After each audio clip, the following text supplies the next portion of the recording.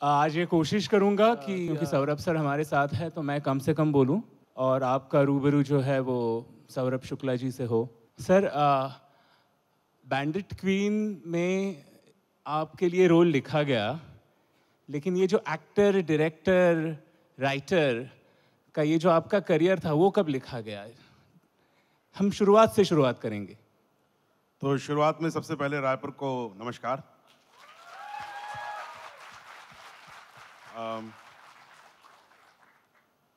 कब लिखा गया ये हिस्ट्री है और हिस्ट्री का मैं काफ़ी बैड स्टूडेंट रहा हूँ। मैं याद दिलाऊं? एकेडमिकली मैं बहुत अच्छा स्टूडेंट वैसे भी कभी नहीं रहा, लेकिन हाँ, फिर भी मैं शुरुआत कोशिश करता हूँ कि मैं जहाँ से मुझे याद आता है। मैं थोड़ा सा इंट्रोडक्शन और जो यहाँ पर नहीं मालूम है आप लोगों को, जिन लोगों को मालूम होगा होगा, जिनको नहीं मालूम उनके लिए मैं बता देता हूँ। I come from a family of musicians. My father was a musician. He was the dean, head of the department in Delhi University, Shatrughan Shukla, late Shatrughan Shukla. और मेरी माता जी जो हैं वो बहुत अमेजिंग औरत हैं। वो प्रथम महिला तबला वादक का उनको सम्मान प्राप्त है।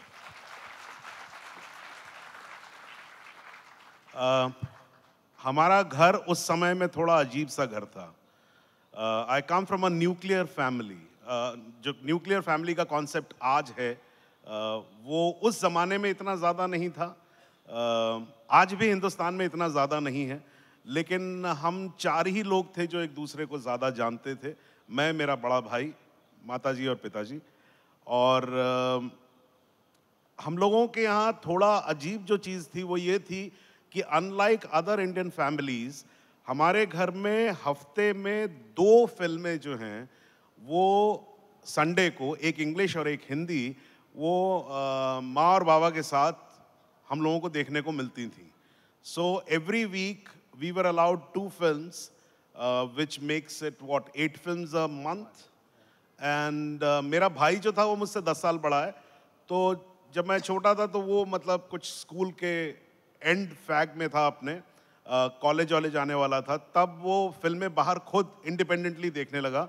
तो उसको 2 फिल्में अलाउड थी, और तो मैं उसके साथ एटलीस्ट एक फिल्म में लटक के उसके साथ चला जाता था।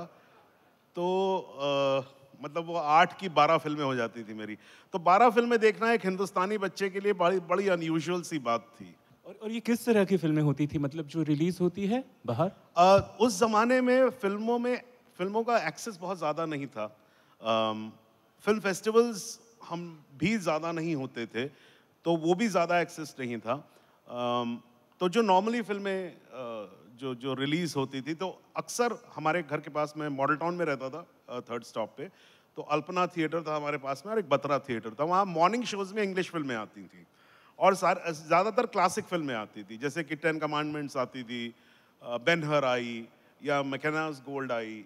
तो अंग्रेज़ी फिल्मों में ये फिल्में, इस तरह की बहुत सारी फिल्में हमें देखने को मिलती थी, और लेटेस्ट रिलीज जो भी हिंदी फिल्म होती थी वो हमें देखने को मिलती थी। तो हमारे घर में माहौल जो था वो आर्ट का हमेशा से रहा। आर्ट को कभी भी रोका नहीं गया। जैसे कि नॉर्मली मेरे दोस्त जो थे, उनके घरों में अगर कोई कुछ गाता था या कोई पेंट करता था, तो बच्चे की ख्वाहिश है मान के तो पूरा करते थे, लेकिन उसको ज़्यादा प्रोत्साहन नहीं मिलता था।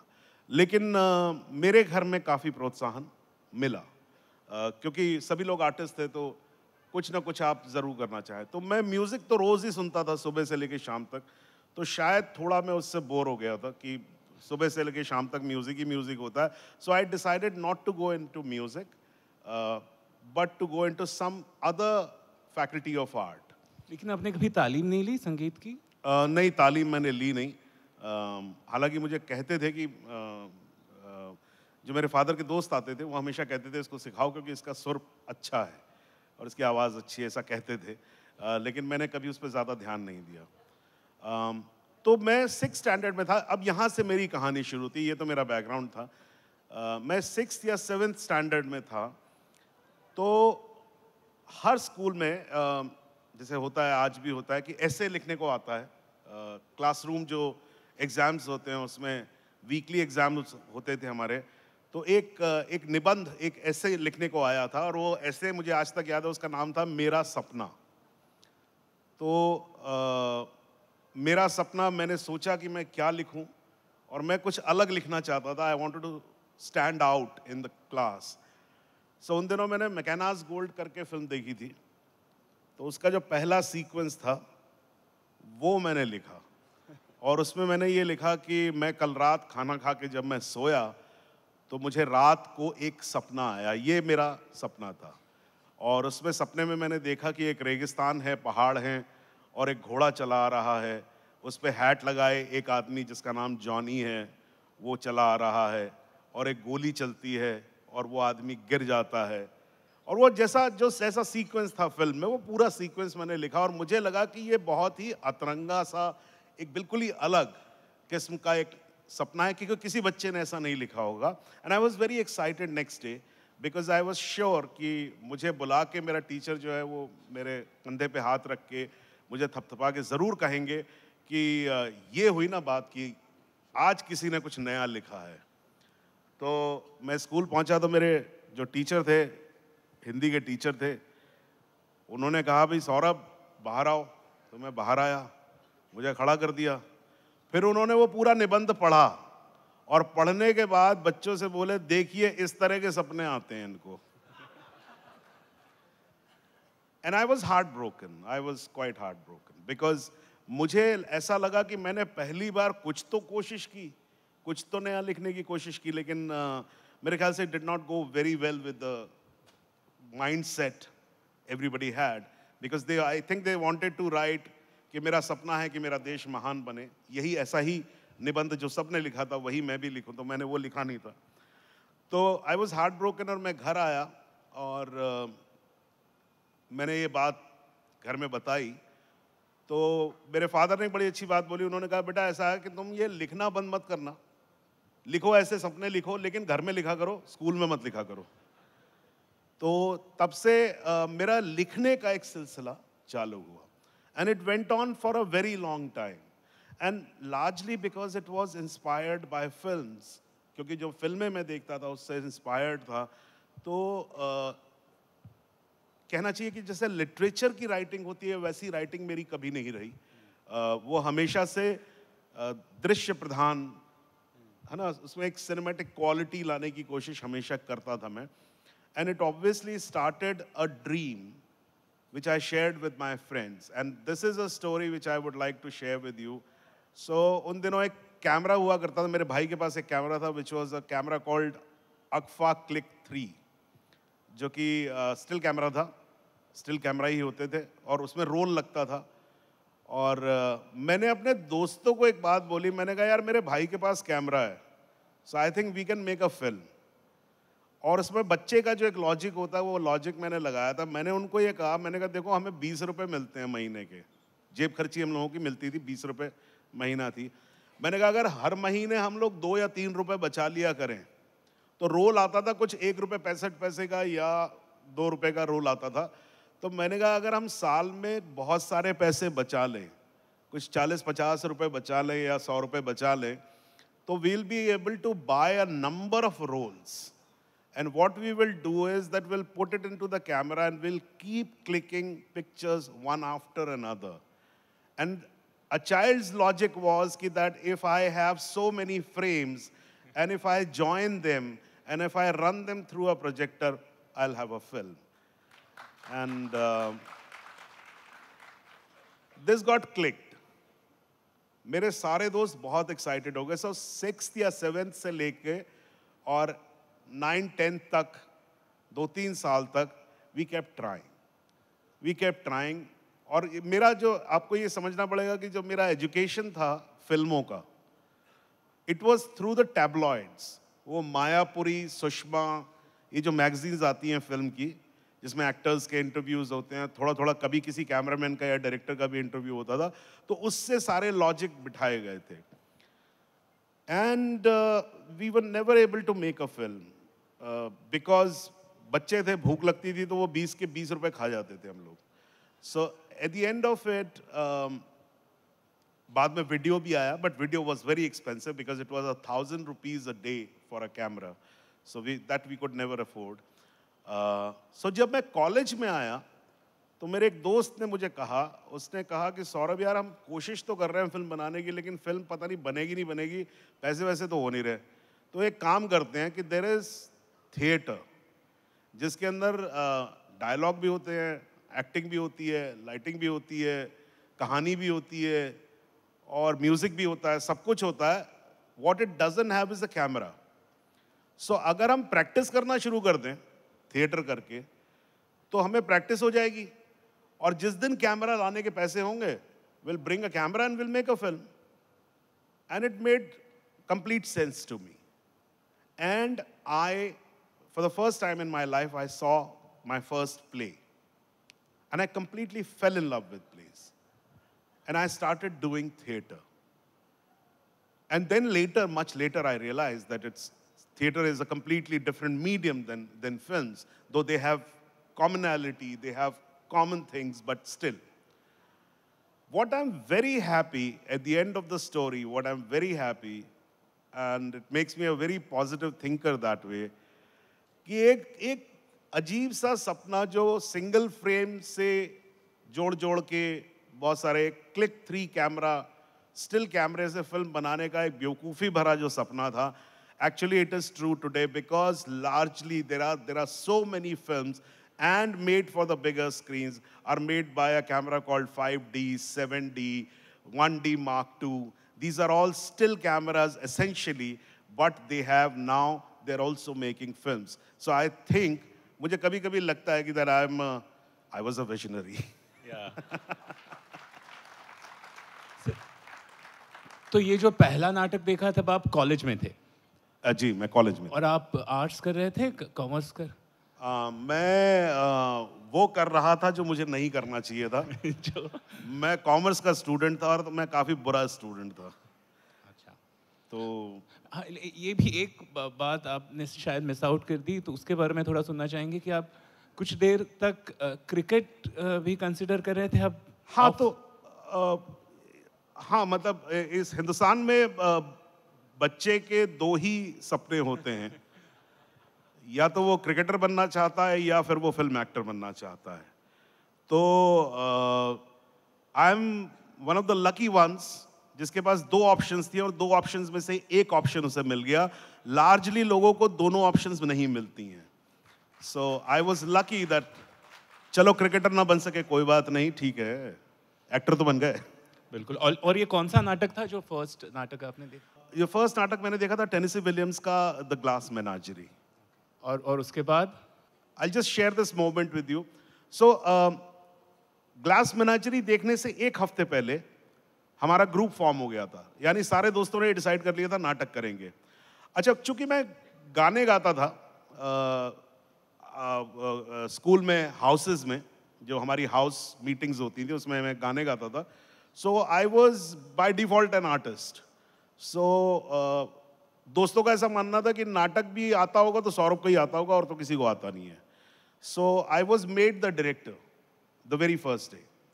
एंड मुझे आज तक याद है, मैं रिहर्सल मैंने बुलाई, मैंने जब बहुत सब लोग एक्साइटेड थे तो मैंने रिहर्सल बुलाई और मैंने कहा कि चलो नाटक करते हैं. और मालूम नहीं था नाटक कैसे किया जाता है, तो इतना मालूम था कि डायलॉग्स बोले जाते हैं. तो पहले दिन मुझे कुछ अपनी अथॉरिटी बनानी थी अपने ग्रुप में और मुझे उनको समझाना था कि मैं उनसे बेहतर कुछ जानता हूँ. तो जब शुरू हुआ तो मैंने उनसे पूछा कि भाई एक काम करते हैं, सबसे पहले तो थिएटर का लॉजिक समझ लेते हैं कि थिएटर जो होता है उसमें सबसे इंपॉर्टेंट चीज़ क्या होती है. और थिएटर हमारे लिए मतलब था खाली एक्टर्स से, बैक स्टेज वगैरह से हमें कोई मतलब नहीं था. सो किसी ने कहा कि कहानी इंपॉर्टेंट होती है, किसी ने कहा एक्टर इंपॉर्टेंट होता है, किसी ने कहा डायलॉग इंपॉर्टेंट होता है. और तब मेरा नंबर आया और मुझे कुछ एक अलग बात बोलनी थी, ऐसा I was pressurised for that. तो मैंने कहा नहीं, सबसे इंपॉर्टेंट होती है ऑडियंस. और मैंने पहला दिन, जो मुझे आज तक याद है, मैंने ब्लॉकिंग करवाई थी और मैंने कहा कि जैसे हम 2 लोग मिले, मान लीजिए ये शर्मा जी हैं और मैं वर्मा जी हूँ, तो मैंने कहा कि कभी भी एक दूसरे की तरफ देख के बात मत करना, हमेशा ऑडियंस की तरफ बात करना. तो हमारा पहला ब्लॉकिंग ऐसा था, शर्मा जी कैसे हैं? वो कहता वर्मा जी मैं ठीक हूँ, आप कैसे हैं? कल हाँ शर्मा जी आप तो दिखाई नहीं पड़ते. कल आप मेरी तरफ देखते नहीं हो तो मैं दिखाई कैसे पड़ूंगा. तो that was the very first blocking I did. And in 1 week's time, I got this opportunity to see this play, Glass Menagerie, which is a realistic play, and it was wonderful. मतलब मेरी आंखों को विश्वास नहीं हो रहा था कि जो मैं देख रहा था अपनी आंखों के सामने, इतना खूबसूरत प्ले था, इतना बहुत अच्छा किया था, एक्ट भी बहुत अच्छा किया था उसे। तो लेकिन उसमें मुझे खास बात ये दिखाई पड़ी कि उसमें ऑडियंस की तरफ तो कोई देख नहीं रहा था, एक्टर्स एक दूसरे की तरफ देख के बात कर रहे थे, and it was as real as a film. तो अगले दिन मुझे अपनी भूल सुधारनी थी। तो अगले दिन जब मीटिंग हुई हम लोगों की रिहर्सल पे, तो मैंने कहा देखो, जो पहले मैंने तुम्हें सिखाया वो तुम्हारे बेसिक्स को पक्का करने के लिए था, अब उसको भूल जाओ और अब एक दूसरे की तरफ देख के बात करो। So that's how it all started. पर फिर ऐसा कोई ग्रुप ज्वाइन किया जिसके साथ ज़्यादा काम हुआ? तो पहले तो हम लोगों ने अपना ही ग्रुप बना लिया था, और बाद में फिर जब थोड़ा वक्त गुजर गया, जब 2 साल, तकरीबन 2 साल में कॉलेज लेवल पर थिएटर करता रहा, उसके बाद मेरा जाना हुआ मंडी हाउस, और वहाँ पर साक्षी नाम का एक ग्रुप था जो मैंने ज्वाइन किया, और उसके फिर तहत मैंने बहुत काम किया, फिर और ग्रुप्स के साथ काम किया, फिर फाइनली मैंने एनएसडी ज्वाइन किया, द रेपेट्री में। हाँ, लेकिन ये जो काम था वो ज़्यादातर एक्टिंग थी या तभी writing, direction? So I never wanted to be an actor. This was the last thing I wanted to be. I was not interested in acting at all. I was only interested in direction, not even in writing. But what I realized कि if you have to direct, you have to write. So it came as a baggage कि भाई आपको अगर direct करना है तो आपको लिखना भी पड़ेगा। तो that's how I started writing. So मेरा फोकस 2 ही चीज़ों पे था, राइटिंग और डायरेक्शन पे। लेकिन एक शो में हमारा एक दोस्त जो था, एक्टर जो था, वो अनअवेलेबल हो गया, तो वो एक छोटा सा रोल था जो आप डायरेक्ट कर रहे थे? जो डायरेक्ट कर रहा था मैं, और वो शो आ गया था और वो एक्टर अवेलेबल नहीं था, तो छोटा सा रोल था, तो कौन करेगा? तो फाइनली मैंने कहा कि मैं ही कर देता हूँ। तो मैंने किया, and people liked me, and when people liked me, so I liked myself. So मैंने कहा चलो यार दूसरी बार भी ट्राई करते हैं। फिर थोड़ा और बड़ा रोल किया, फिर थोड़ा और बड़ा रोल किया, and that's how acting started. But somehow till date मुझे एक्टिंग में बहुत मज़ा आता है। As my friend Sudhir Mishra says कि I am a reluctant actor, and that's why he likes me. He says that you're not trying too hard ever. So I think that helped me in whatever I did. Effortless हो जाता है वो, क्योंकि Kind of, I think it might be because of that, because you're not pressurized to act, or you're not pressurized to prove that you're a better actor or a good actor or whatever. नहीं, इससे एक जुड़ा सवाल है कि then एक जब role आपके सामने आता है तो what is your approach? So my approach, and I have been very lucky about this, if out of 100, definitely 80 films, that is 80%, which makes it 80%. If I've done 100 films, then 80% of the films, my approach has been towards the story and not towards the character so much. And I have been lucky that people have shared their stories with me when they wanted me to act. So they shared the whole story and not just the character, not just the character. So that has been the approach. Let's go back to the repertory a bit. वो जो आपका interview था उसके बारे में मैंने सुना है, वो बहुत दिलचस्प किस्सा है, तो वो सुनेंगे सर? So ये बात है 1991 की, and I started doing theatre in 1984. So और मैं 1963 की मेरी पैदाइश है। So मैं थिएटर मैंने करना शुरू किया जब मैं 21 साल का था, और 91 is almost you are what 28, 29, और 27-28 साल का लड़का कुछ ना कुछ तो कमाता है। मैंने कुछ नहीं कमाया था, which was a very big pressure on me. तो 1991 में मैंने डिसाइड किया कि मैं नौकरी करूंगा, और नौकरी के लिए मेरे पास 2 ही जगह थी, एक श्रीराम सेंटर रेपेट्री और एक National School of Drama repertory. ना National School of Drama repertory was a very big thing. वहाँ सभी लोग जाना चाहते हैं, और हालांकि थोड़ा मेरा नाम हो गया था स्टेज पे, but NSD has different requirements. और वो साल बड़ा स्पेशल साल था, क्योंकि उस साल मिस्टर इब्राहिम अलकाजी जो हैं वो 14 साल के बाद वापस आ रहे थे। So everybody wanted to join National School of Drama Repertory Company. That year approximately there were 5,000 applications, और उसमें से कुछ चंद लोगों को बुलाया गया था इंटरव्यू के लिए। एनीवे, सो दूसरा मेरे पास रास्ता था श्रीराम सेंटर का, जिसके डायरेक्टर थे राजेंद्र नाथ। तो राजेंद्र नाथ ने मेरा काम देखा हुआ था और वो मुझे पसंद भी करते थे, हालांकि हमारी ज़्यादा बातचीत नहीं थी, लेकिन फिर भी वो मुझे मालूम था वो मुझे पसंद करते थे। तो मैंने श्रीराम सेंटर में अप्लाई किया, और बाय द वे मैंने एनएसडी में ऐसी एप्लीकेशन डाल दी कि भाई देखेंगे, चलो ठीक है, आएगा तो है नहीं, मुझे पक्का मालूम था कि मेरा इंटरव्यू में भी नहीं बुलाया जाएगा। तो एनएसडी का स्टूडेंट होना ज़रूरी नहीं था उसमें? नहीं, एनएसडी का स्टूडेंट को प्रेफरेंस ज़रूर मिलता था, लेकिन बाहर वाला भी अप्लाई कर सकता था। सो मैंने डाल दिया। तो मुझे नाथ जी ने बुलाया, और नाथ जी ने कहा कि भाई सौरभ, ये बताओ, तुमसे तो इंटरव्यू लेके फ़ायदा नहीं है, क्योंकि मैंने तुम्हारा काम देखा और मुझे तुम पसंद हो, तो तुम ये बताओ कि पैसे कितने लोगे। तो मैंने कहा सर, आपके यहाँ जो ए ग्रेड है मैं वो लूँगा, और वो ए ग्रेड था उनका 2,500 रुपये का महीने का। तो मैंने कहा मैं ए ग्रेड लूँगा। तो उन्होंने कहा अच्छा ठीक है, ये तो हम दे देंगे, लेकिन सुना है तुमने नेशनल स्कूल ऑफ ड्रामा में भी एप्लीकेशन डाली है, तो कल को अगर वहाँ बुला लिया गया तुम्हें तो मैंने कहा नहीं सर, मैं बिल्कुल नहीं जाऊँगा, क्योंकि मेरा कमिटमेंट वहाँ है जहाँ मुझे पहले नौकरी मिलेगी। आप मुझे आज नौकरी दे दो, मैं बिल्कुल नहीं जाऊँगा, और कमिटमेंट तो मैं थिएटर से हूँ, तो कमिटमेंट से बड़ी चीज़ कोई है नहीं मेरे लिए। तो उन्होंने कहा फिर तुम सोच लो 2 बार, कल ऐसा ना हो कि मैं तुम्हें यहाँ नौकरी दे दूँ और फिर कल को तुम एनएसडी भाग जाओ। तो मैंने कहा नहीं सर, मैं बिल्कुल ऐसा नहीं करूँगा, आप यकीन कर सकते हैं। खैर बात ख़त्म हो गई, मुझे नौकरी मिल गई, मैं बहुत खुश। मैं नीचे उतरा, बाहर निकला, एक मेरा दोस्त मिला, बोला सौरभ एक खुशखबरी है, तुम्हारा इंटरव्यू में नाम आ गया है एनएसडी में। तो मैंने कहा अच्छा। अब मैं बड़ा परेशान, अब मैंने कहा यार मैं नहीं जाऊंगा, ये तो छीछा लेतर हो जाएगी, क्या करूं। लेकिन 15 दिन बाद था वो, और मेरे दोस्त कहते रहे अरे चल जा तो सही, कम से कम देख के तो आ कि कैसा होता है, बिकॉज ये अपॉर्चुनिटी हर एक को मिलती नहीं है। तो मैंने कहा अच्छा चलो, होगा तो नहीं, नौकरी तो पक्की है, चलो चलते हैं। और मैं चला गया एनएसडी।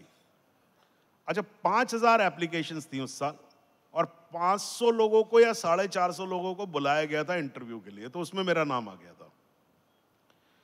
तो national School of Drama Repertory company में पहुंचा, ऐसे हॉल था ऊपर 3rd फ्लोर पे, और वहां का जलवा ही अलग था। कुछ 400-450 लोग वहां पर, और उनका पैनल जो होता था वो बहुत ही ऑफिशियल पैनल था, मतलब उसमें 7 लोग पैनल में होते थे जो इंटरव्यू लेते थे। श्रीराम में तो ऐसा था कि मतलब डायरेक्ट नाथ जी से बैठ के टेबल के अक्रॉस बात हो गई, बात खत्म हो गई। लेकिन वहां पर पूरा प्रोटोकॉल था। तो मैं देख रहा, लिफ्ट खुली तो भीष्म साहनी निकले, फिर दोबारा लिफ्ट खुली तो वहां पर मनोहर सिंह निकले उसमें से, फिर राम गोपाल बजाज आए, फिर कीर्ति जैन आई, फिर भास्कर चंद्रावरकर आए, ऐसे करके लोग आते जा रहे। और मैं कह रहा यार ये जलवा बड़ा सही है यहाँ पर, मतलब कि ऐसे बड़े बड़े लोग आ रहे हैं और ये मजा आएगा यहाँ पर तो। और फिर 7वीं बार लिफ्ट खुली और मैंने देखा नाथ जी उसमें से उतरे और वो कमरे की तरफ जा रहे थे, और जाते जाते उन्होंने देखा भी मेरी तरफ, और मैं तो मतलब शर्म से गड़ गया, मेरी तो समझ में नहीं आया मैं क्या करूं। तो मैंने कहा यार ये अच्छा हो गया कि अच्छी लगी लगाई नौकरी भी गई और यहां तो नौकरी अब मिलेगी नहीं, तो मैं तो ब्लैक लिस्ट हो जाऊंगा। तो मैं बहुत परेशान और बहुत ज़्यादा दुखी हो गया था। तो मेरा दोपहर को नंबर आया, तो जब मेरा नाम अनाउंस हुआ तो वो कॉरिडोर था, मैं उसमें से होता हुआ गया, और कमरा था, स्टूडियो थिएटर था। वो दरवाज़ा मैंने खोला और तब तक मेरी हिम्मत जवाब दे गई थी। मुझे मालूम था अंदर मतलब घुसने की हिम्मत नहीं थी मेरी, लेकिन मैं इतना डरा हुआ था, इतना डरा हुआ था और इतना हताश हो गया था कि जैसे ही मैंने दरवाजा खोला, मैंने इन 7 लोगों को देखा, मेरी हंसी निकल गई कि मुझे मतलब अपने पे ही हंसी आ गई कि अरे यार ये तो क्या कर दिया तूने। खैर मैं घुसा, अंदर बैठा, साइलेंस। सो ऐसे ही जैसे आप लोग बैठे हुए हैं, और ऐसा एक स्टेज था, उस पर एक लाइट पड़ रही थी, मैं बैठा उस पर, और वो 7 लोग ऐसे चुपचाप बैठे हुए, और नाथ जी लगातार मेरी तरफ देख रहे हैं, और नाथ जी ने कहा बताइए।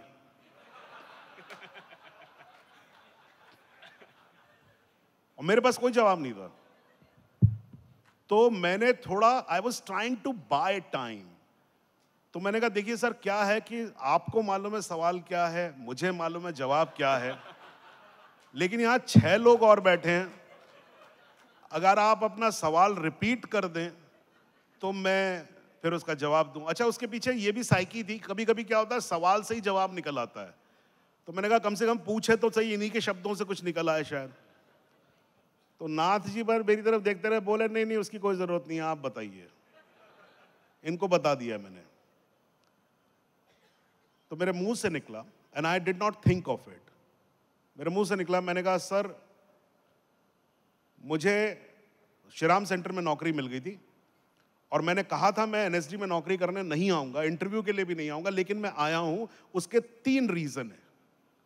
फट करके नाथ जी ने कहा बताइए पहला रीजन क्या है। मैंने कहा सर पहला रीजन ये है कि 15 दिन का गैप पड़ा है, और इंसान की जिंदगी में 15 दिन बहुत होते हैं अपने फैसले को बदलने के लिए। तो नाथ जी बोले ये कोई जवाब नहीं है, आप दूसरा बताइए आप। तो मैं और घबरा गया। मैंने कहा सर क्या है कि श्रीराम रेपेट्री जो है वो सिर्फ हिंदी नाटक करती है, और नेशनल स्कूल ऑफ ड्रामा जो है वो वर्ल्ड थिएटर करता है, तो उसमें ट्रांसलेशंस भी होते हैं। तो मुझे लगा कि मैं एक बड़ी जगह पे। नाथ जी बोले ये भी कोई जवाब नहीं है, तीसरा बताइए। तो अब मेरे पास कोई रास्ता नहीं था, मैंने कहा कि सर वहां 2500 रुपये मिल रहे थे, यहाँ 4000 रुपये मिलेंगे, इसलिए आया हूँ।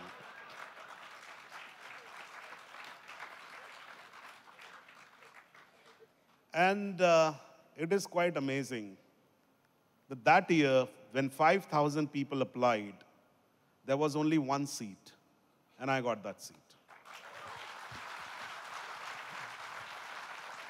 वाकई सर, ये जो पीरियड रहता है जब आदमी थिएटर करता है, बहुत लोगों के साथ काम करता है, तो ऐसे कुछ इन्फ्लुएंसेस होते हैं विच शेप यू। तो ऐसे वो कौन लोग थे जिन्होंने उस जर्नी को शेप किया? ऐसे बहुत सारे लोग हैं, हर कदम पे मुझे ऐसे लोग मिलते रहे, लेकिन मेरा कोई, मैं ऐसा नहीं कहूँगा, क्योंकि मैंने कभी भी किसी को फिजिकली, कभी भी किसी को आइडियल नहीं बनाया।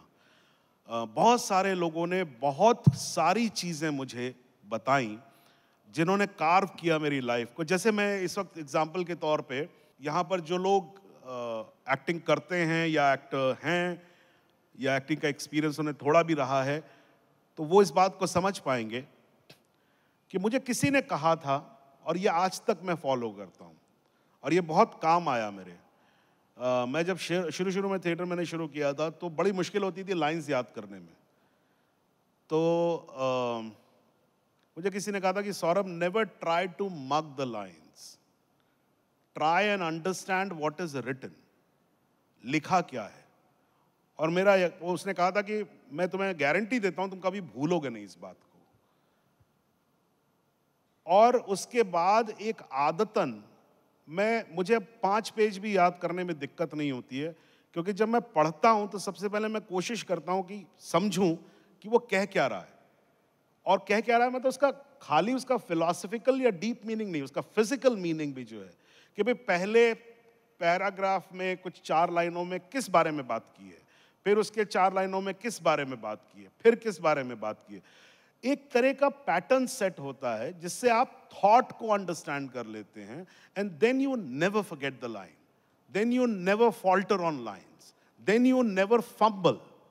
You can still fumble, but that fumble is a very natural fumble because we fumble in real life. So ये एक छोटी सी चीज थी जो अब मुझे याद नहीं किसने कही थी, लेकिन जिसने भी कही थी, it carved my whole life and it's a very very important part of my life today. So ऐसे बहुत सारे लोग रहे और बहुत बड़े बड़े लोग रहे, बहुत ऐसे भी लोग रहे जो अनजान रहे, लेकिन उन्होंने बहुत सारी चीज़ें सिखाई मुझे। ये हुई वो क्राफ्ट वाली बात, लेकिन एक जो फिलॉसफी होती है कि और क्योंकि आप डायरेक्टर बनना चाहते थे, राइटर बनना चाहते थे, तो जो एक ज़िंदगी को समझने का जो एक प्रोसेस होता है, वो ऐसे लगा कि किसी ने स्टिमुलेट किया? वो स्टिमुलेशन अगर मैं उसकी बात करूं तो वो स्टिमुलेट जिसने किया वो दो लोग रहे हैं, और दोनों राइटर्स। सो जो पहला नाटक जिससे मुझे नाटक में इंटरेस्ट हुआ था और उसकी राइटिंग में इंटरेस्ट हुआ था वो आर्थर मिलर। अच्छा। वो हमारे कोर्स में किताब थी तो मुझे पढ़नी पड़ी थी वो किताब, लेकिन जब मैंने पढ़ी थी तो पढ़ के मुझे ऐसा लगा था जैसे कोई मैं ऑल माय सन्स मैंने पढ़ा था, और ऑल माय सन्स मुझे ऐसा लगा था, मुझे पहले लगता था कि नाटक बहुत ही भारी बोझिल सी चीज़ होती है, लेकिन ऐसा था नहीं। वो बहुत ही फ्लूइड और एक थ्रिलर की तरह चलने वाला एक नाटक था जिसने बहुत मज़ा दिया था मुझे। तो उनकी राइटिंग से मैं बहुत प्रभावित रहा। हमेशा मुझे उससे बहुत कुछ सीखने को मिला। और हिंदुस्तान में जो मेरे फेवरेट राइटर रहे हैं, बहुतों के फेवरेट राइटर हैं, मोहन राकेश, क्योंकि उन्होंने जिस तरह से कहना चाहिए उनका नाटक पढ़ते वक्त कभी भी मुझे नाटक नहीं लगता था, मुझे ऐसा लगता था कि हो रहा है, ये बस है, ऐसा ही है। तो वो ये दो लोगों का इन्फ्लुएंस मुझ पे बहुत रहा। अच्छा, अभी Shekhar Kapoor, how did Shekhar Kapoor happen in your life? So Shekhar was making this film, Bandit Queen. ये 92, 93 की बात है? ये बात है, हाँ 92 की बात है, 92 की बात है। और शेखर मुझसे मिले थे इसलिए क्योंकि सीमा विश्वास रिपेटरी कंपनी में काम करती थी और मैं उनका कलीग था, मैं वहीं पर काम करता था। तो उन्होंने मुझे बाय द वे देखा था और शेखर ने मुझसे पूछा तुम क्या कर रहे हो। तो इत्तेफाक से उस वक्त मेरी ज़िंदगी में बहुत कुछ हो रहा था। मेरा ऑलमोस्ट एक प्रोजेक्ट तय हो गया था और उसका नाम था बुद्धा ऑफ सबर्बिया, हनीफ कुरैशी का नावल है जिसमें एक सीरीज़ बन रहा था बीबीसी का, और मैं फाइनल हो गया था, ऑलमोस्ट फाइनल हो गया था, और मुझे कुछ महीने भर के अंदर इंग्लैंड निकलना था। ऐसा तय हो गया था कि मैं महीने भर में नौकरी छोड़ दूंगा और मैं इंग्लैंड चला जाऊंगा, और कुछ 3-4 साल मुझे इंग्लैंड में रहना था। तो एक तो वो बहुत बड़ा हाई था, और उसी वक्त में बर्टोलुची एक फिल्म बना रहे थे, लिटिल बुद्धा। तो उसमें भी मैं फाइनल राउंड में आ गया था एक कैरेक्टर के लिए। तो मुझे लग रहा था कि एक हाथ में इंग्लैंड है, दूसरे हाथ में बर्टोलुची है, तो लाइफ तो आपकी सेट है, तो आपको तो कुछ करने की जरूरत ही नहीं। तो शेखर ने मुझसे पूछा कि तुम क्या कर रहे हो, तो मैंने कहा कि मैं तो sir I am flying, so basically सो शेखर ने कहा कि हाँ, कहने लगे कि हाँ, वो लिटिल बुद्धा के बारे में उन्होंने कहा कि उन्हें भी ऑफर आया था, बोले लेकिन मैं ये फिल्म बना रहा हूँ बैंडिट क्वीन। तो खैर एनीवे बात आई गई हो गई। उसके बाद मेरे सभी दोस्तों का दिल्ली में छोटे बड़े सभी रोल्स में लोगों का सिलेक्शन हुआ, और मुझे परवाह नहीं थी क्योंकि मैं तो इंग्लैंड जा रहा था। फिर एक दिन लेटर आया कि sorry we have to drop you and you are not part of this project in England. And then second letter आया that you have not made it to the role in Bertolucci's film.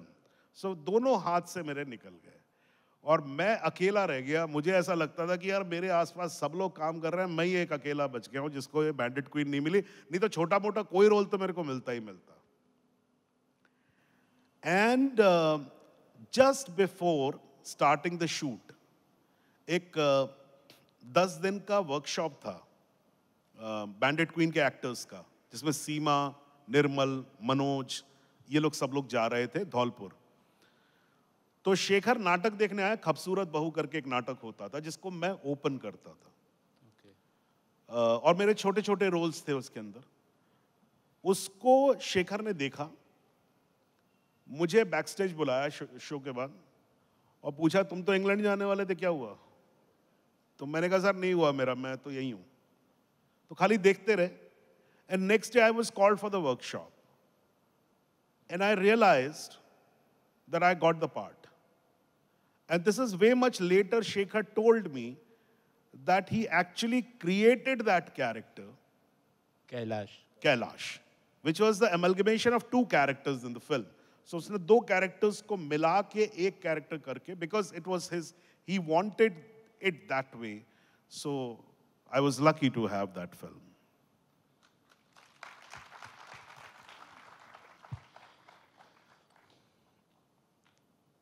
Bandit queen release शायद 94 में हुई थी, थोड़ी उसकी जी। लेकिन तब तक आपका बम्बई में थोड़ा बहुत काम शुरू हो गया था, तहकीकात बहुत पॉपुलर हाँ, शेखर मुझे लेके आए थे। शेखर को मैंने बैंडिट क्वीन के दौरान, शेखर ने मुझसे एक दिन पूछा था कि तुझे अब क्या अच्छा लगता है, थिएटर अच्छा लगता है कि फिल्म अच्छी लगती है।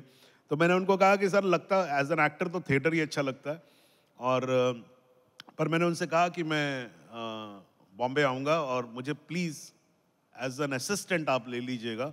आई don't want to be an actor, I want to be a director. So he started laughing and he said no, I will call you as an actor. तो तब मुझे लगा कि ये तो आई गई बात हो गई, जैसा होता है कि भाई आप मिले थे, हाँ हाँ हम तुम्हें बुलाएंगे, ऐसा कहा जाता है। लेकिन he did call me, and he called me because he was directing the very first episode of तहकीकात, and I got that part, and I'm really lucky that way, because I came to Bombay with work and with a settled mindset, and I started my journey. पर initially ये जब acting के offers आ रहे थे तो writer और director जो था आप में, वो क्या कर रहा था? देखिए, डायरेक्टर तो वैसे भी बैक सीट लेके बैठा हुआ था, क्योंकि फिल्में ये तो पता लग जाता है, फिल्म में आप जैसे बॉम्बे जिस दिन उतरते हैं आपको पता लग जाता है कि फिल्म बनाना सबसे टेढ़ी खीर है। अगर आप डायरेक्टर बनना चाहते हैं फिल्म में, तो ये समझ लीजिए कि you are in for a big war, you know it. So director तो आप फिर आप जगह बनाते हैं, क्योंकि आपको यकीन दिलाना पड़ता है लोगों को कि आप फिल्म बना सकते हैं। फिल्म बनाने से पहले लोगों को यकीन दिलाना पड़ता है कि भाई मैं फिल्म बना सकता हूँ। So obviously that was not the point. I was not thinking about direction. Writing I never wanted to do, I never wanted to be a writer. So acting was the best bet for me. लेकिन उसी दौरान मेरी मुलाकात सुधीर मिश्रा से हो गई, और Sudhir offered me to write a film, and I started writing. सब मेरा राइटिंग समहाउ बाय डिफॉल्ट चलता रहा। ये कौन सी फिल्म थी? अच्छा, अब ये फिल्म जो ये बनी नहीं कभी फिल्म, जैसे अक्सर नहीं बनती। जैसे अक्सर नहीं बनती है। हालांकि वो फिल्म लास्ट ईयर बहुत चर्चा में थी वो फिल्म। इस फिल्म का नाम है मेहरुनिसा। हाँ, ओके। और ये आज से कुछ 24 साल पहले सुधीर ने मुझे बुलाया था, आइडिया था उसके पास। उसने कहा कि इस पे लिखना शुरू करो, तो हमने कुछ एक हद तक उसको लिखा भी था। और फिर वो लास्ट ईयर काफ़ी चर्चा में थी, क्योंकि बच्चन साहब उसे करने वाले थे और ऋषि कपूर साहब करने वाले थे, but things did not work out at the end of it, and it still is in making. तो पहले हमें लग रहा था कि हम लोगों को इंटरव्यू में ये कहेंगे कि 24 साल बाद ये फिल्म बनी। अब लग रहा है आप बोल देंगे कि 27 साल बाद बनी या 30 साल बाद बनी। लेकिन हाँ, अब उम्मीद है कि फिल्म बनेगी ज़रूर। तो आपको स्क्रिप्ट लिखने को 24 साल लगे? हाँ, मतलब ये ऊपर वाले की दया है कि लगा दी उसने 24 साल। यहाँ एक चीज़ मैं आपको और बता देता हूँ। ये लोगों को, ये अक्सर आप लोग इंटरव्यूज़ में पढ़ते रहते होंगे कि फॉरेस्ट गम को बनने में 11 साल लग गए। ऐसा यकीन मत करिएगा कि 11 साल इंसान लिखता रहा, कोई 11 साल लिख नहीं सकता है। राइटर लिख अपने टाइम पे लेता, फिल्में बनने में ही उतना टाइम लगता है। तो वो जो ये जो कहा जाता है कि साहब ये मेरी 24 साल पुरानी स्क्रिप्ट है, तो वो एक्चुअली स्क्रिप्ट पूरी हो जाती है, उसके बाद आप उसको हर बार काम करते रहते हैं उस पर। लेकिन अगर वो उसकी किस्मत होती है फिल्म की, तो वो 1 साल में बन जाती है, और किस्मत नहीं होती है तो बनती तो हमेशा टाइम पर है, ना बनने में बहुत टाइम चला जाता है। ना बनने में बहुत टाइम चला जाता है। वो एक कमाल की चीज़ है। एक नई चीज़ यहाँ पर आई कि ये जो मेहरुनिसा थी, ये अक्सर जो स्क्रिप्ट्स लिखी जाती है बॉलीवुड में, वो डायरेक्टर का कोई आइडिया होता है या उसके दिमाग की उपज होती है, और फिर एक राइटर आता है, वो उस सेंसिबिलिटीज़ में अपने आप को ढाल लेता है। तो ये क्या प्रोसेस होता है? आपने कई फिल्मों के डायलॉग्स भी लिखे हैं, स्क्रीन प्लेज लिखे हैं, so what is exactly the process? So, until unless you are a writer director, I don't think that you make your film or you write your film. I completely believe, because the unseen writer in the film, who's actually the real writer, is not the writer who pens the film. It's the director. Because he's the writer, he's the writing the film. If that director is making his kind of film or his own film. सो इत्तेफाक से जिन लोगों के साथ मैंने काम किया या जिनके लिए मैंने लिखा, they are film makers and not the project directors. So there's a difference between, like in Hollywood I keep hearing, I'm sure in Bollywood also it is that, कि एक script आपको दे दी जाती है, you are just supposed to shoot it. But I think that largely जो जिन directors के साथ मैंने काम किया है, और मेरा ऐसा मानना है, मैं उसी को director मानता हूँ, जो कुछ कहना चाहता है अपनी फिल्म के through. So the writer, the main writer is always the director, and then the writer who pens it comes with his expertise or her expertise and then adds to the whole thing. And obviously फिर वो writer भी अपनी चीज़ें डालता है, लेकिन मूलतः वो चीज़ें जो हैं वो director के through आती हैं. और एक ऐसा जो कोलैबोरेटिव प्रोसेस होता है जिसमें एक आपकी सच्चाई है, एक जो राइटर होता है उसकी सच्चाई है, फिर शायद और एक्टर्स आते हैं, उनकी अपनी अपनी एक रील्म है, और वो सब एडजस्ट होते हैं. बहुत ही विलक्षण प्रोसेस. हाँ, I think it is ये मैं हमेशा कहता हूँ कि फिल्म तो खैर definitely is not an isolation, it can never be an isolation. जैसे मैं एक छोटी सी चीज़ यहाँ पर थोड़ा सा टाइम लेके आप लोगों को समझाने की कोशिश करता हूँ.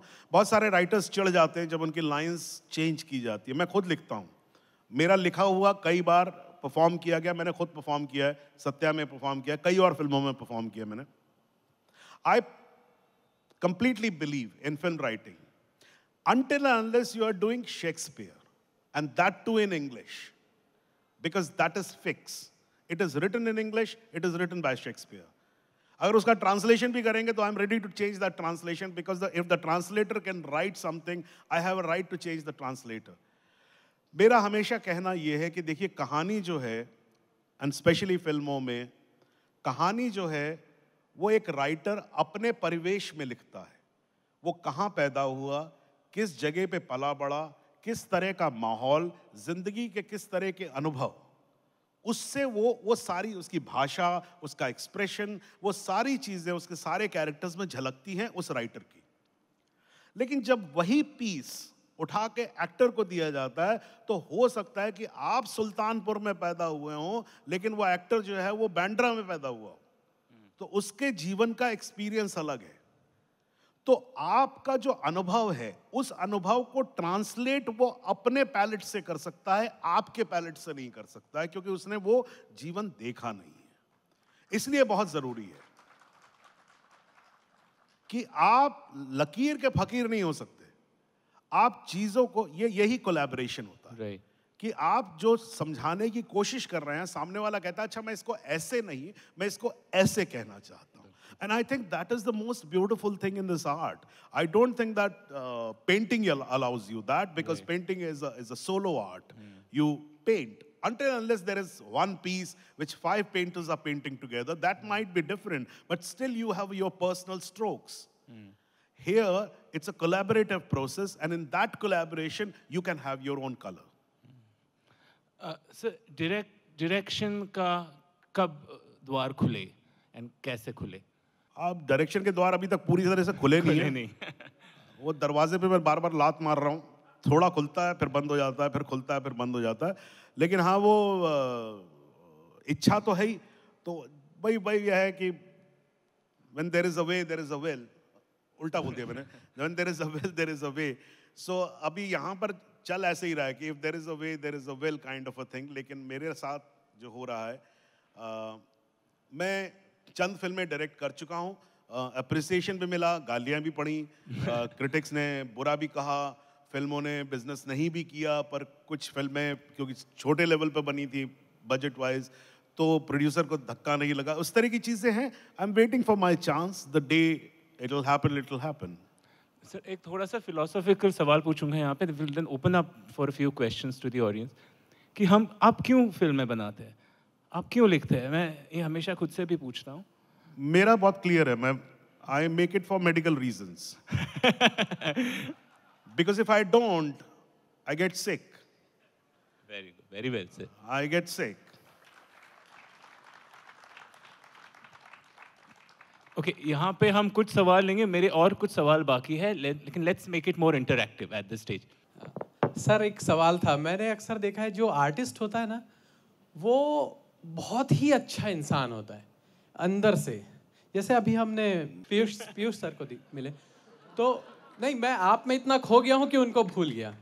अरे ऐसा मत करिए, पीयूष भाई मेरे बहुत अच्छे दोस्त हैं। पर मैं वही देखा, मैं जितने भी आर्टिस्ट से आज तक मिला या किसी भी इंसान से मिला जिसने कुछ अचीव किया है, वो अंदर से वो बहुत बेहतर इंसान होता है। यानी वो पब्लिक से बहुत प्यार से मिलता है या लोगों की भावनाओं की कदर करता है, संवेदनशील होता है।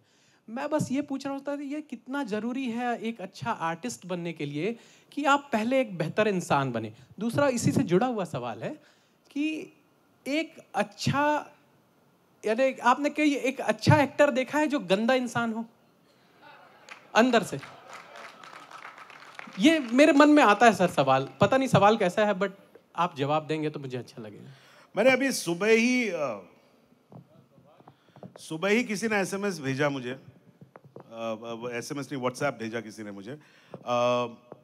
बच्चन साहब की एक बड़ी फेमस कविता है, हरिवंश राय बच्चन जी की। कविता मुझे एकदम से याद नहीं होती है, लेकिन उसका मैं जिस्ट आप लोगों को बता देता हूँ कि मशहूर होने की इच्छा नहीं है मुझे, तुम मुझे पहचानते हो इतना ही काफ़ी है ना। किसी ने अच्छा जाना, किसी ने बुरा जाना, जिसकी जितनी ज़रूरत थी उसने उतना ही जाना।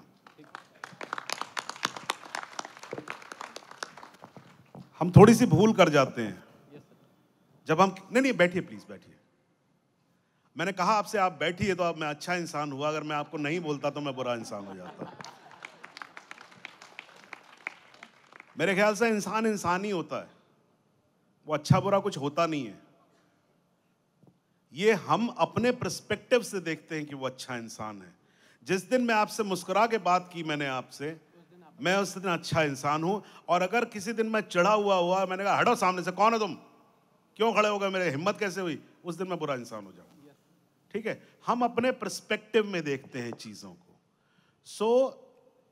ऐसा मैंने देखा है कि बहुत अच्छा आर्टिस्ट बहुत बुरा इंसान है, क्योंकि वो उस वक्त मेरे लिए बुरा है, वो अपने आप में बुरा नहीं है।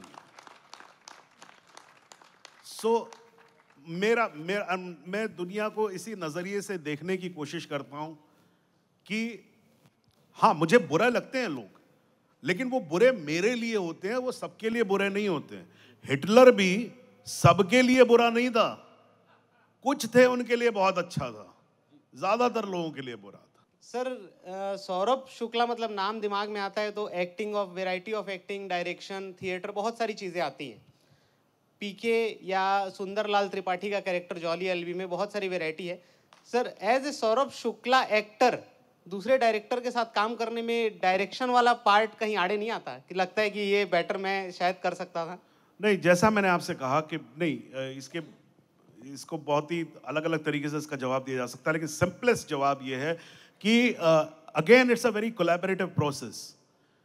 ऐसा नहीं है, वहां दंगल नहीं हो रहा होता है कि सुनो मेरा सजेशन है तो करो, तुम्हारा सजेशन है तो नहीं करेंगे, ऐसा नहीं होता है। It is always a very collaborative process that you think of something, you say that I want to achieve this, and I say कि if I do it this way or if I add this thing, so it's a collaborative process। तो उसमें ऐसा नहीं है कि तुम director हो, मेरे ख्याल से वो झगड़ा बेमानी है, वो गलत हो जाता है। जब भी ऐसी फिल्म बनती है ना जिसमें डायरेक्टर ये बोल दे कि सुनो तुम एक्टर हो, तुम अपना काम करो, मैं डायरेक्टर हूँ, मेरी डायरेक्शन मानो, वहाँ पे फिल्म नहीं बनती है। आई थिंक फिल्म अच्छी तभी बनती है,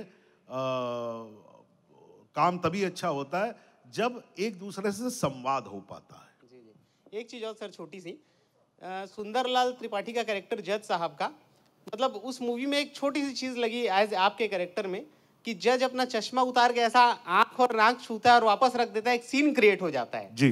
तो ये मतलब क्या डायरेक्टर है या फिर आपके साइड से होता है इस टाइप की? नहीं, ये लार्जली एक्टर का काम होता है जी, क्योंकि डायरेक्शन बहुत सारी चीज़ों पे होता है। डायरेक्टर हो सकता है कि ऐसा इस सजेशन के साथ आए, लेकिन उस फिल्म में मेरा था और मुझे नज़र का चश्मा नहीं है, मैंने चश्मा जिंदगी में पहना नहीं है नज़र का। अब मुझे जाके पढ़ने का चश्मा लगा है, वो भी मैं पढ़ता नहीं हूँ उससे ज़्यादा, थोड़ी देर में आँख में दर्द होने लगता है मुझे।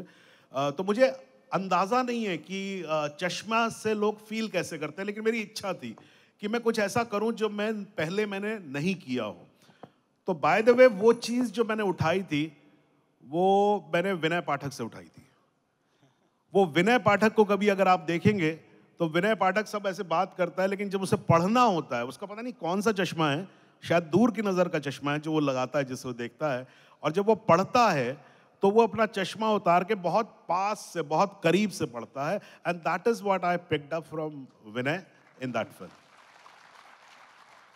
एक्चुअली जो सुंदरलाल त्रिपाठी का जो कैरेक्टर है उससे मैं भी बहुत प्रभावित हुआ हूं, और कल्लू मामा और सुंदरलाल त्रिपाठी दोनों इतने कंट्रास्ट कैरेक्टर हैं, उसके बावजूद भी आप उस किरदार में किस तरह से घुसे. और क्योंकि और कोई ना कुछ पूछ ले, इसलिए मैं दूसरा सवाल और पूछना चाहता हूं सर आपसे.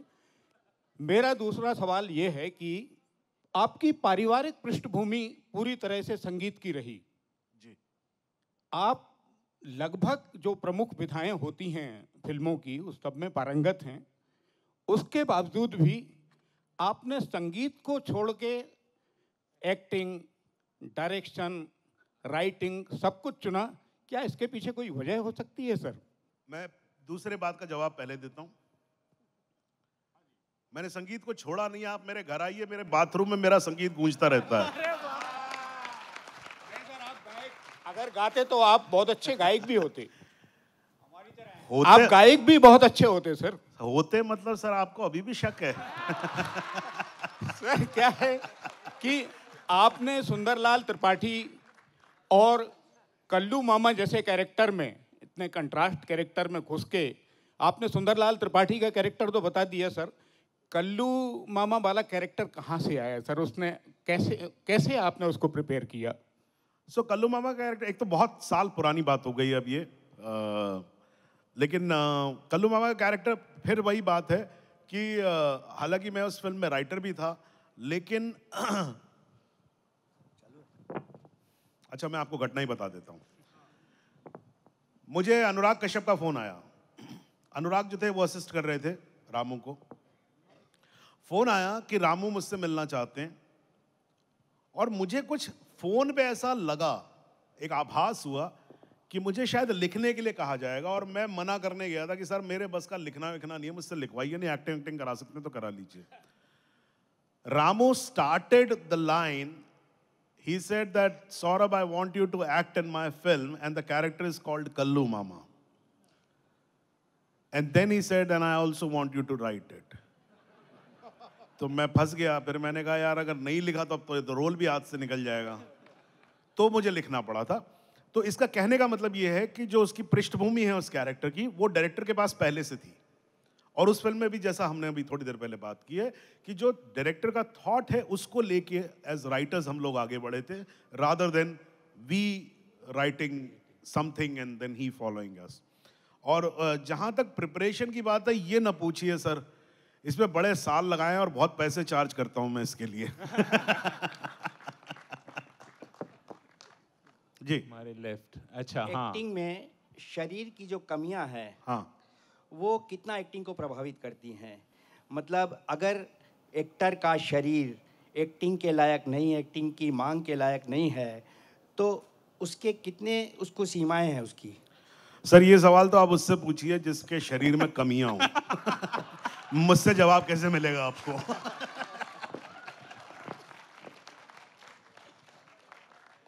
आपकी पहली लाइन में ही आपका रुख समझ में आ रहा था, लेकिन फिर भी हमने आपको बोलने दिया.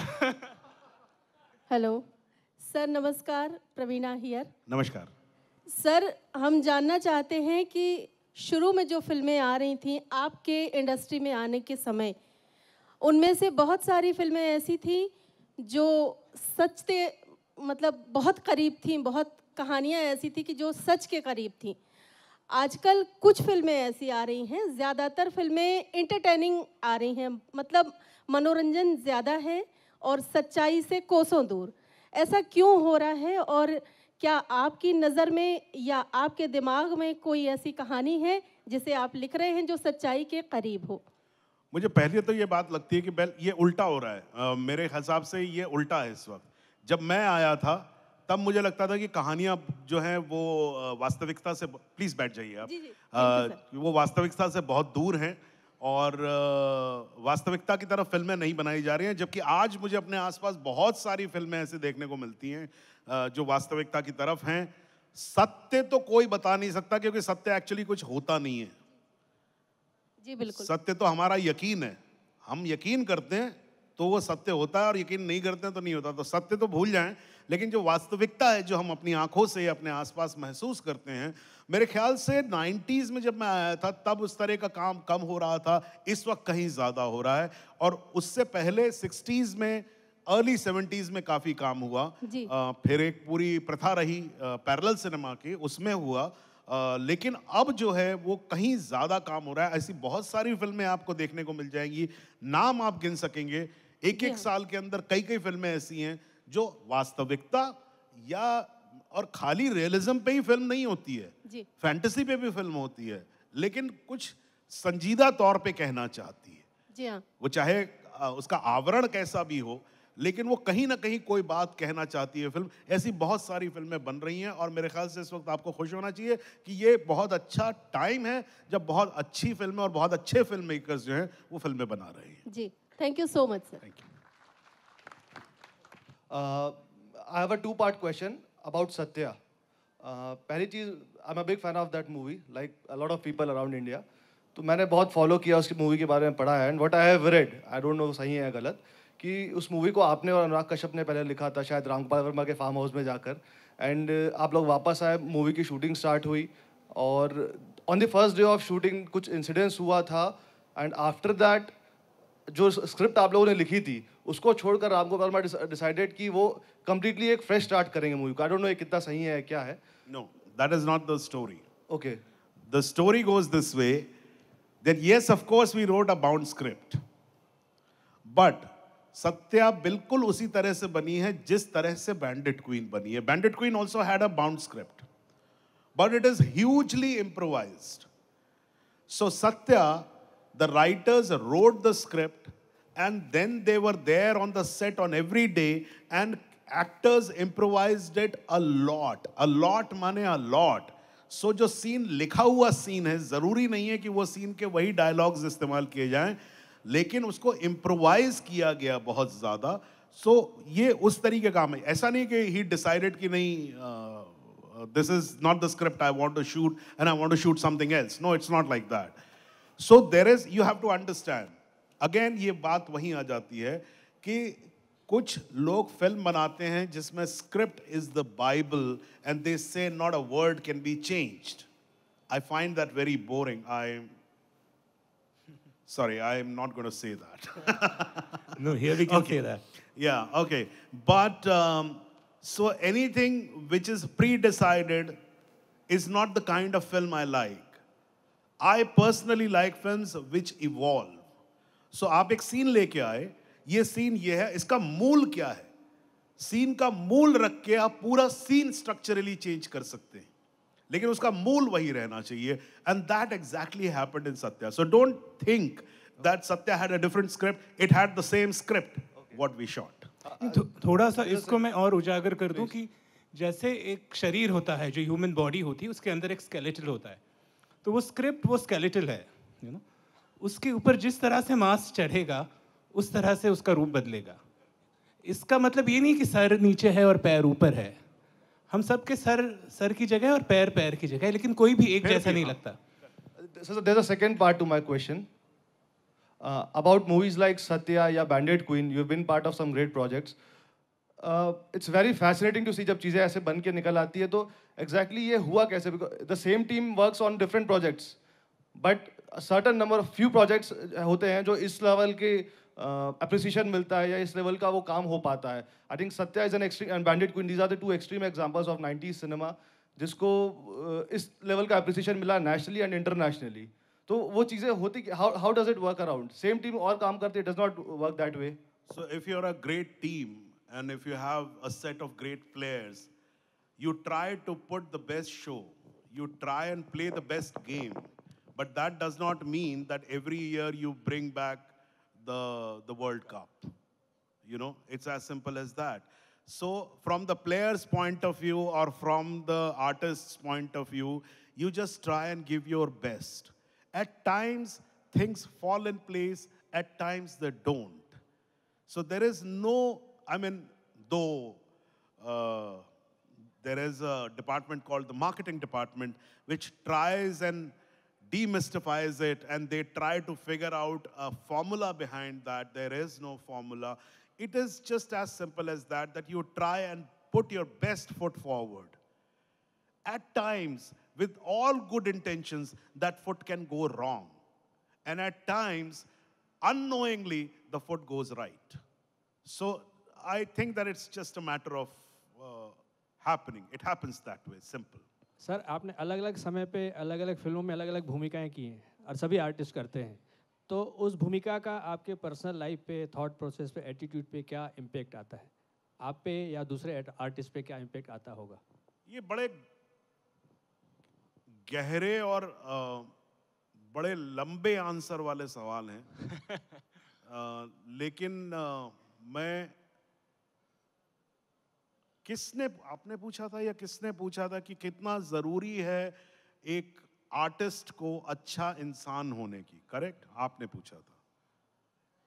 देखिए, अच्छा इंसान तो मैंने आपको परिभाषा बताई दी थी कि क्या होती है।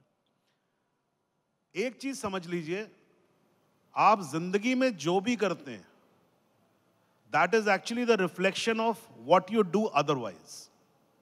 यानी कि आप किस सोच पे यकीन रखते हैं, आप जिंदगी में क्या चीज फॉलो करते हैं, यह सब आपके आर्ट में दिखता है। आप कुछ कर नहीं सकते, आप जिस तरह के इंसान हैं, ये उसी तरह का ही आप काम करेंगे, उसके अलावा आप काम कर नहीं सकते। सो आपकी पर्सनल जिंदगी में क्या असर पड़ता है? उतना ही असर पड़ता है जितना आपकी एक्टिंग पे आपकी पर्सनल जिंदगी का असर पड़ता है, उतना ही असर आपकी पर्सनल जिंदगी पे एक्टिंग का पड़ता है। यानी कि जब मैं पढ़ता हूं कोई चीज, जिस तरह का साहित्य मैं पढ़ता हूं, मेरी सोच वैसी बनती है, मैं चीजों के बारे में समझने की कोशिश वैसे करता हूं। अगर मैं राशोमन पढ़ता हूं तो मुझे राशोमन पढ़ने या देखने के बाद मुझे उस तरह की सोच मेरे दिमाग में आती है और फिर मैं उसको फॉलो करने की कोशिश करता हूं, और उसी तरीके से जो मैं फॉलो करता हूं वही मेरे काम में अल्टीमेटली दिखेगा। So it's a vice versa thing, there is no complication in that. Sir, we loved you in Jolly LLB 2 Thank and Dono Jolly mein, and we just see that movie to see you, and we enjoy it to the core. Okay. And we really want to see you again and again, and please do these roles again. Thank you so much. Thank you. Sir, to wrap it up, आपने कहा हम बहुत अच्छी फिल्में बना रहे, एक अच्छा दौर है, पर एक सवाल आता है मन में, आरवी जब आप बाहर देखते हैं, आप बाहर के सिनेमा देखते हैं या अभी वेब सीरीज का एक नया दौर रहा है, उसमें जिस तरह का काम हो रहा है, do you think we are making enough, and do you think we are making stuff which is Indian enough? क्या अपनी मिट्टी की कहानियां कही जा रही है, या किसी तरह से हम कुछ एक दूसरी की तरह का कुछ बना? We are definitely saying it much more than what we were saying it earlier. Okay. Definitely, which is a great sign. ऐसा पहली बात तो ये कि मैं इस बारे में शिकायत नहीं कर सकता, क्योंकि मैंने अपनी जिंदगी में ऐसी बहुत सारी फिल्में की हैं which I'm really proud of, whether they worked or they didn't work, but I'm very proud of such films. So अगर मेरी 80 फिल्मों की फहरिस्त है या 90 फिल्मों की फहरिस्त है, तो उसमें मुझे इतनी सारी फिल्में ज़रूर मिली हैं, जो 60-70 फिल्में तो ऐसी हैं ही जो मेरे मनपसंद की फिल्में हैं। तो मैं तो ये कह ही नहीं सकता कि ऐसा हो नहीं रहा है कि हमारे देश में जिस तरह का काम मैं पसंद करता हूँ या हमारी अपनी कहानियाँ जो हैं, ऐसी बहुत सारी फिल्में। अभी रिसेंटली बहुत एक अच्छी फिल्म मेरे दिमाग में हमेशा रहती है, वो फिल्म, मैं बिल्कुल भी पार्ट नहीं उस फिल्म का, मैंने वो फिल्म सिर्फ देखी दर्शक के तौर पे। मैं मसान मैंने देखी थी, मुझे मसान बहुत अच्छी लगी, बहुत अच्छी लगी। तो ऐसी मसान ही नहीं है, ऐसी बहुत सारी फिल्में हैं जो लोग कहानी कह रहे हैं, अपनी कहानी कह रहे हैं, अपनी ज़मीन की कहानी कह रहे हैं। तो ये काफ़ी कुछ हो रहा है। एंड सेकेंडली आई थिंक ये बात सच है कि जब आप वर्ल्ड लेवल पर चीज़ें देखते हैं कि दुनिया में कहाँ कहाँ क्या क्या काम हो रहा है, तब आपको लगता है कि क्या हम कर पा रहे हैं, उतना नहीं कर पा रहे। सही है, नहीं कर पा रहे, अच्छा है, because then we will do it. क्योंकि इस वक्त हमारे पास वो घमंड नहीं है कि नहीं हम ही सब बेस्ट हैं और हमसे बेस्ट कुछ नहीं है। और ये इस वक्त बहुत अच्छा दौर इसलिए भी है क्योंकि एक टाइम पर इंडियन सिनेमा का एक कॉकीनेस था, एक तरह का कहना चाहिए एक रेजिस्टेंस था, और उनका कहना था कि भाई दुनिया से हमें क्या मतलब है यार, हमारी अपनी मार्केट है, हम अपनी फिल्में बनाते हैं, हम ही बेस्ट हैं। लेकिन आज क्योंकि फिल्में देश से नहीं होती हैं, या आर्ट जो है वो देश की धरोहर नहीं होता है, उसी की जागीर नहीं होती है। मैं इजरायली सिनेमा देख के भी उतना ही रोता हूँ जितना मैं जापानीज सिनेमा देख के रोता हूँ, उतना ही मैं हिंदुस्तानी सिनेमा देख के रोता हूँ। तो मेरे आंसू जो हैं वो इस पे थोड़ी ना बंध गए हैं कि हिंदुस्तान का है तो इसी पे रो, नहीं तो बाहर वाले पे मत रो, ऐसा नहीं है। सो कहने का मतलब ये है कि अच्छा काम हो रहा है, get inspired by that work, and it doesn't matter whether somebody else is doing it or not, you do it because you can do it. Thank you. There cannot be a better thought to close the discussion this evening.